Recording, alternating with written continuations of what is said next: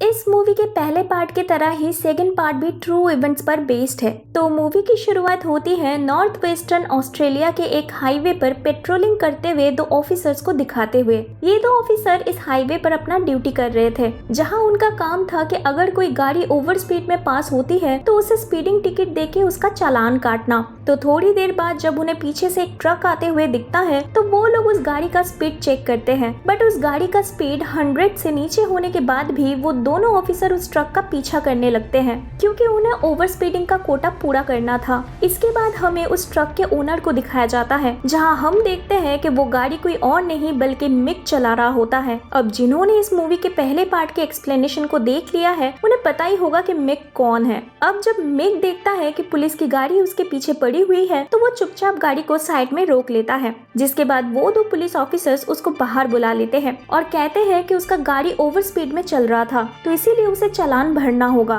लेकिन जब मिक बोलता है कि उसके गाड़ी का स्पीड 100 से कम था तो वो दोनों ऑफिसर्स उसकी बात ना मान के चालान की टिकट उसके हाथ में देके उसका इंसल्ट करते हुए वहाँ से चले जाते हैं। इसके बाद हम मिक को देखते हैं जो अपने इंसल्ट का बदला लेने के लिए उसके स्नाइपर राइफल की तरफ देख के कुछ सोचने लगता है। इधर वो दो ऑफिसर्स बिना बात के चालान काट के बहुत ज्यादा खुश होते हैं, बट तभी उनकी खुशी मातम में बदल जाती है जब मिक अपने स्नाइपर राइफल से गोली चला देता है उस ऑफिसर पर जो तब ड्राइव कर रहा था, जिसकी वजह से कार बेकाबू होकर पलट जाती है और वो दूसरा ऑफिसर बहुत ज्यादा जख्मी हो जाता है। इसके बाद मिक वहाँ पर पेट्रोल लेके आता है और देखता है कि वो दूसरा ऑफिसर गाड़ी से निकलकर भागने की कोशिश कर रहा है। इसके बाद मिक उसके एक टांग को तोड़ डालता है और फिर उसके कमर पर चाकू मार के उसको गाड़ी में बिठा देता है। वो पुलिस ऑफिसर अपने जान की भीख मांगने लगता है, बट मिक स्पीडिंग टिकट को उसके जेब में रखकर उस कार में आग लगाकर उसे जिंदा जला डालता है और वहाँ से चला जाता है। अब अगले सीन में हम एक यंग जर्मन कपल को देखते हैं जिनका नाम रडगर और कटरीना होता है। वो लोग भी नॉर्थ वेस्टर्न ऑस्ट्रेलिया में टूर के लिए आए हुए होते हैं और वुल्फ क्रिक जा रहे थे,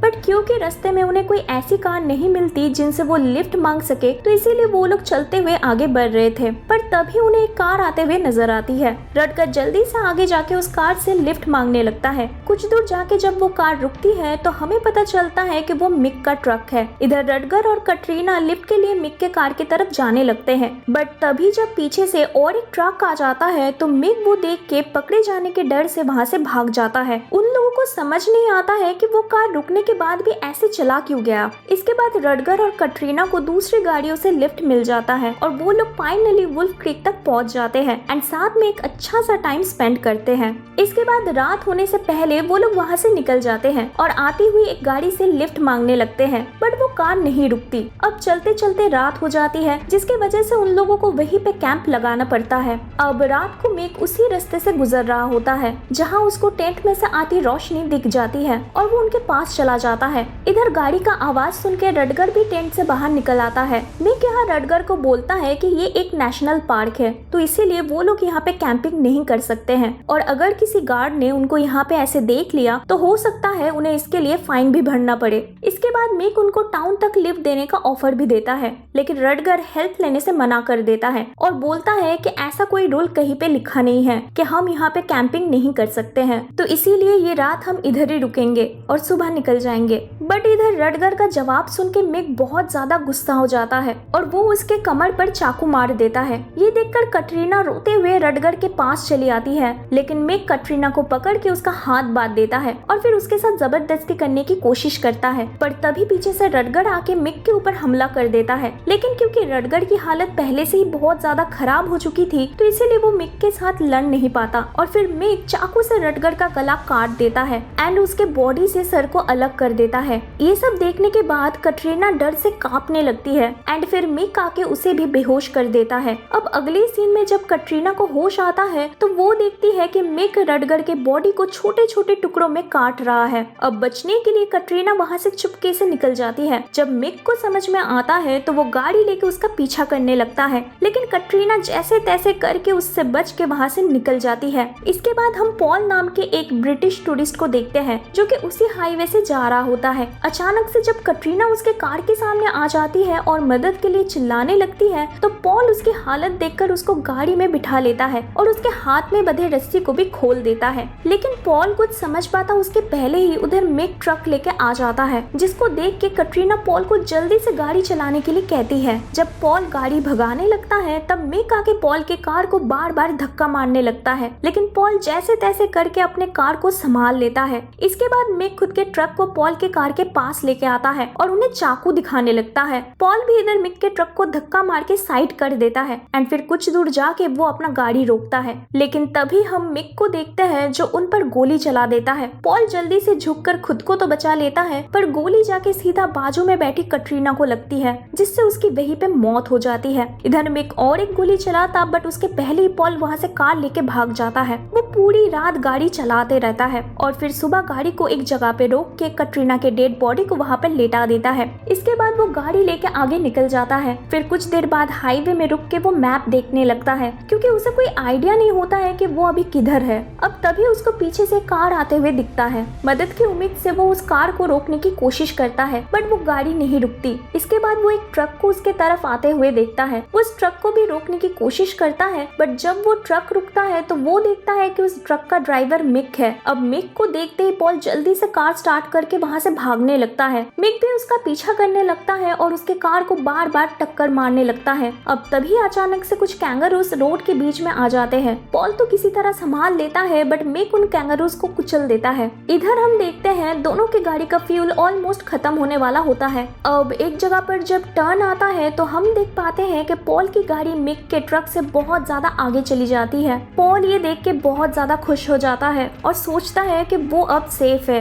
बट तभी पॉल की कार का एक टायर बर्स्ट हो जाता है, जिसकी वजह से उसका कार ऑलमोस्ट रोड से गिरते हुए किसी तरह बच जाता है। लेकिन इधर भी मिक ट्रक लेके आ जाता है और पॉल की कार को धक्का मार के नीचे खाई में फेंक देता है, बट एयर बैग के कारण पॉल किसी तरह इधर भी बच जाता है। जब वो गाड़ी से बाहर आता है तो देखता है कि मिक का ट्रक फुल स्पीड में उसके तरफ आ रहा है। पॉल वहाँ से जल्दी हट जाता है और खुद को बचा लेता है। जब वो ऊपर की तरफ देखता है तो वहाँ मिक राइफल लेके खड़ा हुआ होता है और उसको देख रहा होता है। इधर मिक पॉल को शूट नहीं कर पाता क्योंकि उसके बंदूक में गोली नहीं होती है। इसके बाद पॉल वहाँ से जान बचा के भागने लगता है और काफी दूर आके थकान के मारे वो जमीन पे गिर जाता है। लेकिन तभी उसको सामने एक घर नजर आता है। मदद के लिए वो उस घर के पास जाता है एंड दरवाजे के पास जाके बेहोश हो जाता है। अब मूवी में आगे कुछ देर बाद जब उसको होश आता है तो वो खुद को उस घर के अंदर पाता है। कपड़े पहन के जब वो उस रूम से बाहर निकलता है तो देखता है कि ये घर एक ओल्ड कपल का है,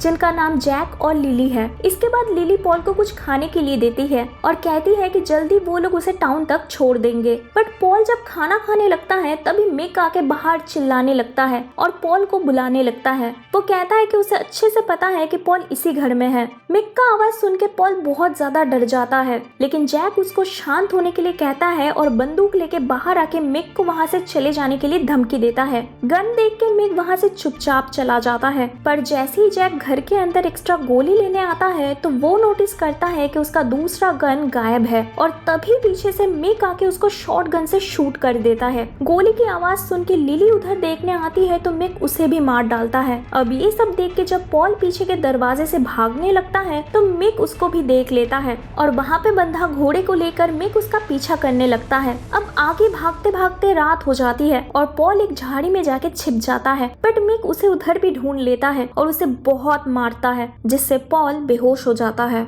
अब अगले सीन में जब पॉल को होश आता है तो वो खुद को एक चेयर के साथ बंधा हुआ पाता है। वो जब उस रूम में आसपास देखता है तो उसे कई सारे टूल्स नजर आते हैं, जिसे देखकर वो तो और भी ज्यादा डर जाता है। इसके बाद वहाँ मिक आके उसको आउटबैक एरियाज के रूल्स बताने लगता है, जहाँ कभी किसी के लिए गाड़ी नहीं रोकनी चाहिए। तो दोस्तों इधर हमें समझ में आता है कि कोई गाड़ी क्यों नहीं रोक रहा था, बट क्योंकि पॉल यहाँ एक टूरिस्ट था तो इसीलिए उसे इन सब चीजों के बारे में बिल्कुल पता नहीं था। अब क्योंकि पॉल ने कटरीना के लिए गाड़ी रोक दिया था तो इसीलिए अब मिक उसको रूल तोड़ने का सजा दे रहा है। इसके बाद पॉल मिक को जोक सुनाने लगता है। वो किसी तरह कोशिश कर रहा था कि मिक उसको हर्ट ना करे। मिक उसके जोक से एंटरटेन होके पॉल को ड्रिंक ऑफर करता है और उसका एक हाथ खोल देता है। अब आगे मिक पॉल के साथ एक गेम खेलने लगता है, जहाँ पे मिक बोलता है कि वो पॉल को 10 सवाल पूछेगा और वो उनमें से अगर 5 सही जवाब दे देता है तो वो उसको यहाँ से जिंदा जाने देगा, लेकिन अगर पॉल गलत जवाब देता है तो मिक उसकी उंगलियां काट देगा। अब जब मिक सवाल पूछने लगता है तो पॉल सभी जवाब सही देता है, क्योंकि सारे सवाल हिस्ट्री के थे और लक बाई चांस पॉल भी एक हिस्ट्री का स्टूडेंट होता है, तो इसीलिए उसे मिक के सवालों का सही जवाब पता था। बट सही आंसर देने के बाद भी मिक पॉल का एक उंगली काट देता है क्योंकि वो उसके सामने ज्यादा स्मार्ट बन रहा था। इसके बाद मिक पॉल से लास्ट सवाल पूछता है कि ऑस्ट्रेलिया का बेस्ट क्रिकेटर कौन है। अब सही जवाब जानने के बाद भी पॉल जानबूझ के इधर गलत जवाब देता है और जब मिक उसकी दूसरी उंगली काटने जाता है तो पॉल उसे दूसरे हाथ की उंगली काटने के लिए रिक्वेस्ट करता है ताकि उसका दूसरा हाथ भी मिक खोल दे। इधर मिक पॉल की बात मान लेता है और उसके दूसरे हाथ की उंगली काट देता है। इसके बाद मिक अंदर ड्रिंक लेने जाता है और तभी पॉल सामने रखे हैमर को टेबल के नीचे छिपा देता है और जब मिक वापस आता है तो पॉल उस हैमर से उसके सर पर मार देता है और उसके लास्ट क्वेश्चन का सही आंसर बताता है। लेकिन तभी मिक उठ जाता है और पॉल वहां से भाग के एक टनल के अंदर आ जाता है। इधर मिक उसका पीछा करने लगता है और पॉल उधर टनल में बहुत आगे चला जाता है जहां उसे बहुत सारे टूरिस्ट के लाशें दिखाई देती है जिनको मिक ने महीनों टॉर्चर करके मार डाला था। अब तभी अचानक से एक लड़की सामने आके पॉल से मदद मांगने लगती है जिसको देख के पॉल बहुत ज्यादा डर जाता है और वहां से भाग जाता है। इसके बाद मिक उसके पालतू कुत्तों को छोड़ देता है पॉल को पकड़ने के लिए। जब वो कुत्ते पॉल पर अटैक करने आते हैं तब उनमें से एक डॉग मिक के लगाए हुए ट्रैप से मर जाता है। अब ये देख के पॉल जब अपने आसपास अच्छे से चेक करता है तो तब उसे पता चलता है कि मिक ने चारों तरफ ट्रैप बिछा के रखा है। अब तभी उसको पीछे से किसी के आने की आवाज सुनाई देती है। वो उधर ही छिप जाता है ये सोच के कि मिक आ रहा है। जब वो पास आ जाता है तो पॉल उसको धक्का देकर सामने ट्रैप में फेंक देता है, लेकिन तब वो देखता है कि वो मिक नहीं है बल्कि वही लड़की थी जिसने उससे हेल्प मांगा था। अब यही सब चलते तभी पीछे से मिक भी आ जाता है और बोलता है कि सारे फॉरेनर्स कीड़े होते हैं और इनको साफ करना ही उसका काम है। एंड इसके बाद वो पॉल को मार के बेहोश कर देता है। अब अगले सीन में जब पॉल को होश आता है तब वो खुद को टाउन के किसी सड़क पर पाता है। उसके पूरे बॉडी में हजारों जख्म थे और उसके हाथ में एक नोट भी था जिसमें लिखा था लूजर। इसके बाद दो पुलिस ऑफिसर आके उसको लेके जाते हैं एंड फिर मूवी के लास्ट में हमें दिखाया जाता है कि पॉल ने पुलिस को मिक के बारे में सब कुछ बताया होता है, लेकिन वुल्फ क्रीक के अनसॉल्व मर्डर केस में पुलिस उल्टा उसे ही सस्पेक्ट बना देता है। अब इन्वेस्टिगेशन के दौरान पॉल को मेंटल ब्रेकडाउन हो जाता है जिसकी वजह से उसे इंग्लैंड के एक मेंटल हॉस्पिटल में फुल टाइम केयर में रखा जाता है। इसके बाद हम मिक को देखते हैं जो अभी भी आजाद घूम रहा होता है एंड ये मूवी इधर ही खत्म हो जाती है। दोस्तों इस मूवी का थर्ड पार्ट 2022 में आने वाला है जहां मिक फिर से अपना कहर बरसाएगा। तो दोस्तों अगर ये वीडियो आपको पसंद आई तो चैनल को सब्सक्राइब और वीडियो पर लाइक एंड कमेंट करना मत भूलिएगा। मिलते हैं नेक्स्ट वीडियो में।